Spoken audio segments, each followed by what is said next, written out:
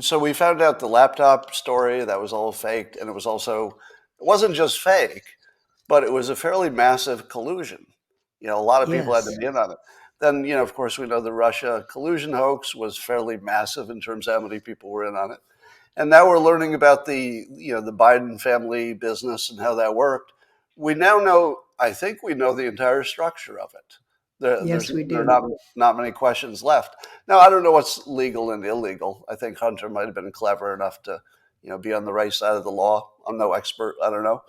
But the fact that the way it's being presented to the public is just a complete, just a cover up. And It is how a many cover up. massive collusions on the same side, followed by a media cover up, do we have to see before we make some kind of change? I'm hoping it's an election change. What about this? That Trump had the right to have those papers under the presidential, whatever it's called, I forget. But he had the right to have those classified papers as the president of the United States. But Biden had them as a senator and as a vice president, which is highly illegal. And he doesn't get indicted for that. They're laying around his garage, and he Yeah. took him to Chinatown, where China owned the building he was renting, handed them out in the street. I don't know the technical details of what's the difference between those two cases. But here's the thing: the dog, Allegedly. allegedly, but the dog that's not barking really loud right now is we've not heard one peep about what the contents of Trump's boxes are. Right. Now, the only reason that could be is because there's nothing important there. There could not be any other reason. Because if, in fact, it were nuclear secrets or something like that, you don't think that they would tell us, at least in broad strokes, hey, there were nuclear secrets? They don't have to tell us the secret. I would imagine he probably had some things that would sort of defend him in the future, or maybe make his situation look better. I would imagine most of it's just for a biography. I Yeah. assume It they. could have been for that too, but I think he has the Epstein list and every tentacle that it reached out to, from the 28 bank hack of HSBC Bank, which they covered up for all these years. And, I think he has it all. I mean, I really wanted to talk to you about being left of Bernie, because I am, but anyways, uh, I'm forgetting what I'm saying. What am I saying, son? You Oh, you wanted to talk about, reparations. We agree yeah. on this. Reparations. We agree, I'm sure. And it should be infrastructure, starting with schools. That is reparations to the Black community. And that's how we can do it. We can put infrastructure where they live instead of bringing in fentanyl from the border to destroy that community. And I think that it is a genocide on Black America going on, and nobody's talking about it, because the only people that are allowed to talk are people that are in on the yank. uh, yeah, I would agree with you that the biggest source of systemic racism is the school system, because Mhm. its inadequacies are multiplied in the Black community. So it's sort of a forever problem. But And because it isn't a mistake, it's on purpose. is it on purpose by who? By the institution of by institutionalized racism. And Oh, you look at who supports it, and it's not who you think. you know uh, it's not who you think at all. It's people who are in on the yank. They're getting paid off government money to keep the shit going. They don't want to change anything. They don't want to use public money for the good of the public. Come on, it's all corrupt, every bit of it, every stinking tier of it. well, the And I part with cannot believe that these people are out there applauding a compromised and corrupt justice system that sits there and invents and perverts law to get an innocent person in jail, when that's what's happened to a whole bunch of Black men in this country. And they're applauding for it.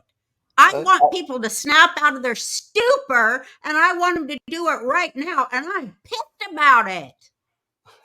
I've joked that Trump is one indictment away from winning the Black vote.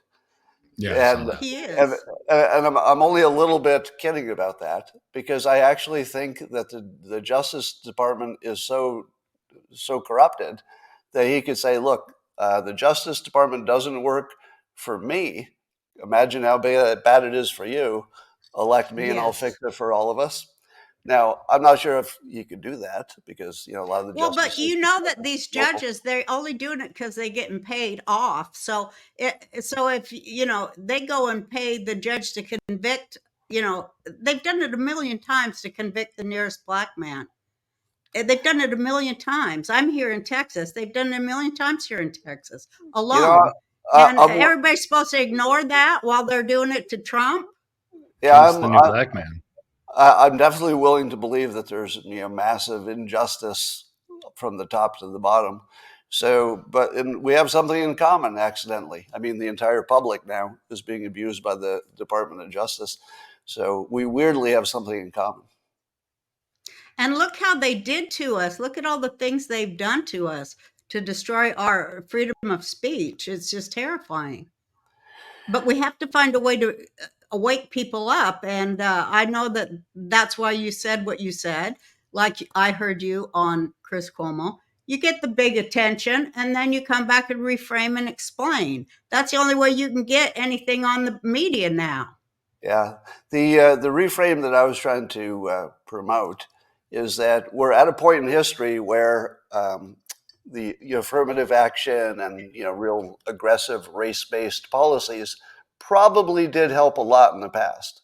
Probably that's the reason that we have diversity in businesses. Probably it was one of the best things that America's ever done to make sure that everything was inclusive. But it is logical and obvious that at some point you have to stop doing that because it's hurting more than it's helping. And it's going to take basically people like me who don't mind getting canceled to start calling out when the crossover happens. And that's what I was trying to do. So in my mind, the CEI, the ESG, the DEI, the CRT, they all have in common that they demonize white people for the benefit of a class that would benefit if they can change things. So you don't want to live around that situation. In other words, you want to reduce that as much as possible. Now, when I hyperbolically said, get the hell away, there's no practical way to do that. Nobody would want to do that. That should never have been taken seriously. It was hyperbole. But here's what can be done. We can absolutely make sure that every black kid and every other kid learns how to succeed on a personal level. In other words, if you teach them the tools of success that have worked for every person everywhere of every type at every income level, they're going to do fine. Will they do as well as some other group? I don't care.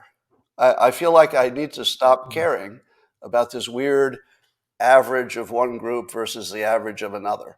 I cared a lot when the averages were, completely out of whack, right? You care a lot then. But once it gets close, even if it's not even, you got to drop the stuff that's creating more problems than it's solving. And I think at this point we have to switch to individual success strategies. I'm actually working with Joshua Lysek to build a student guide that's based on my books. These two. This one will come out pretty soon.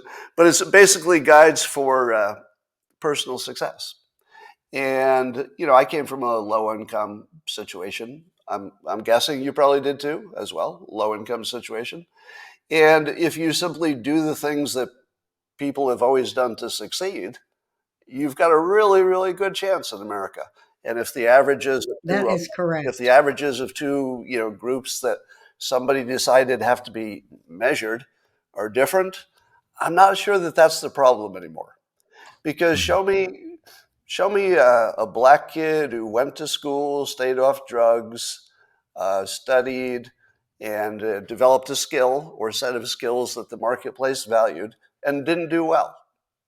Does that person even exist?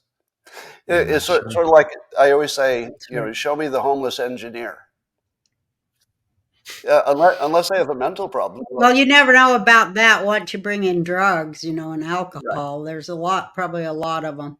But, everyone should have the right to have a public school that's a place that actually teaches them Right. how to get along in this world that we actually live in, so they can be employed and have a gainful future, which they refuse to do. They don't think that that is important at all. Yeah, the thing I always notice, They're trying to manufacture child soldiers.